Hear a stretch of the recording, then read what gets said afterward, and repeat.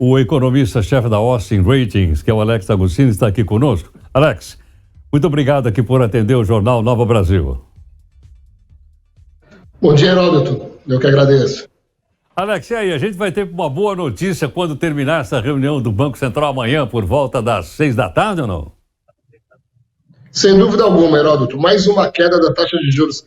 Pelo menos 100% dos economistas e analistas acreditam que haverá mais um corte nos juros, né? Trazendo a taxa para 10,75% ao ano.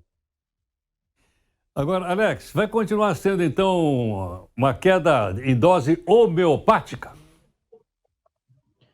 Podemos dizer que sim, quando a gente olha o tamanho da taxa de juros no Brasil, né? Que é gigantesca comparado ao restante do mundo, pelo menos nas principais economias. Então, quando você corta meio ponto percentual de uma taxa acima de 2 dígitos, a gente considera doses homeopáticas. Sua avaliação poderia cair mais do que apenas esse meio ponto percentual? Poderia ser 1 ponto na sua avaliação, Alex?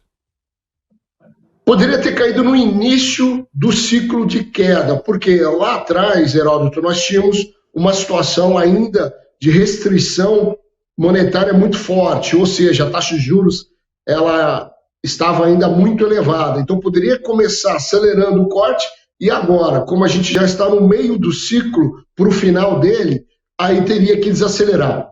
Agora, eu acho que seria correr um risco desnecessário acelerar o corte para 1 ponto, né? A não ser que ele acelerasse, caísse 1 ponto agora e 1 ponto na próxima reunião e parasse. O nosso cenário aqui na Austin Rating é meio ponto a cada reunião, pelo menos até ali julho, agosto ou setembro, deve cair até 9% esses juros aqui no Brasil. Alex, esse remédio de aumentar a taxa de juros para tentar segurar a inflação é o remédio internacionalmente adotado ou não? Sim, internacionalmente e também o mais eficiente. Nós temos outros instrumentos de combate, naturalmente, à inflação.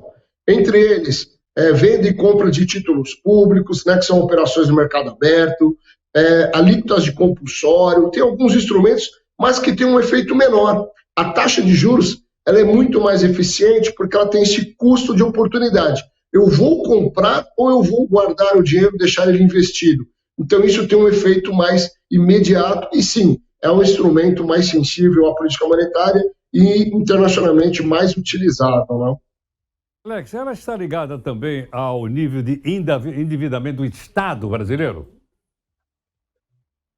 Sim, porque a política monetária, como o próprio nome diz, ela mexe com o volume de recursos na economia. Então, ou você reduz o volume enxugando, como a gente fala na linguagem da economia, né, enxuga a liquidez, ou você aumenta a liquidez. Quando o governo gasta muito, ele está colocando liquidez, ou seja, dinheiro na economia.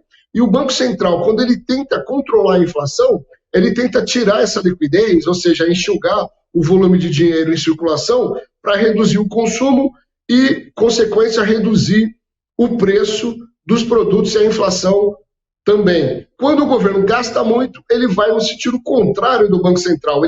O governo coloca muito dinheiro na economia, gasta-se com assistencialismo ou outras despesas de custeio, e aí ele acaba sendo um fogo amigo da política monetária, ou seja, do Banco Central, né? E aí o que a gente vê, na maioria das vezes, é um governo muito gastador colocando a culpa do descontrole da inflação no Banco Central, quando na verdade é o contrário.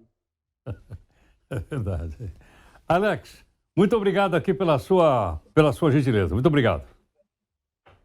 Agradeço pelo convite, um abraço, bom dia a todos. Muito obrigado ao Alex Agostini, que é economista-chefe da Austin Ratings. Daí, portanto, vai cair meio ponto percentual por essas explicações claras, fáceis, didáticas que até eu sou capaz de compreender.